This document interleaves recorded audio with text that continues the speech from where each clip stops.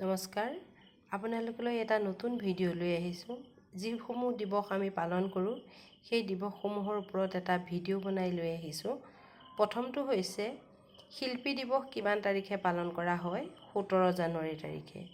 গণতন্ত্ৰ দিৱস 26 জানুৱাৰী তাৰিখে পালন কৰা হয়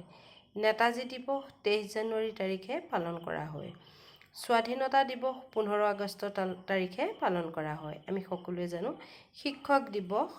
5 ছেপ্টেম্বৰ তাৰিখে পালন কৰা হয় সৰ্বপল্লী ৰাধাকৃষ্ণনৰ জন্মদিন গান্ধী জয়ন্তী 2 অক্টোবৰ তাৰিখে পালন কৰা হয় মহাত্মা গান্ধীৰ জন্মদিন শিশু দিৱস 14 নৱেম্বৰ তাৰিখে পালন কৰা হয় পৰিৱেশ দিৱস বিশ্ব পৰিৱেশ দিৱস 5 জুন তাৰিখে পালন কৰা হয় শ্ৰমিক দিৱস 1 মে তাৰিখে পালন কৰা হয় ভোটাৰ দিৱস 25 জানুৱাৰী তাৰিখে পালন কৰা হয় শ্বহীদ দিৱস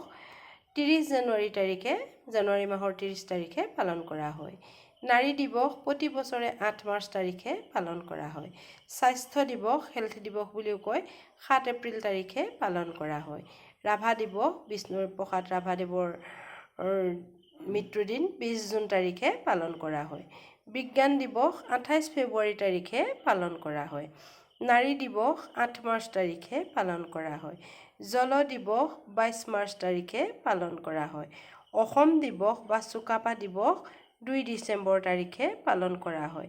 লাচিত দিৱস 24 নৱেম্বৰ তাৰিখে পালন কৰা হয় শ্বহীদ দিৱস 10 ডিচেম্বৰ তাৰিখে পালন কৰা হয় আপোনালোকে মই এই ভিডিঅ'টো বৰ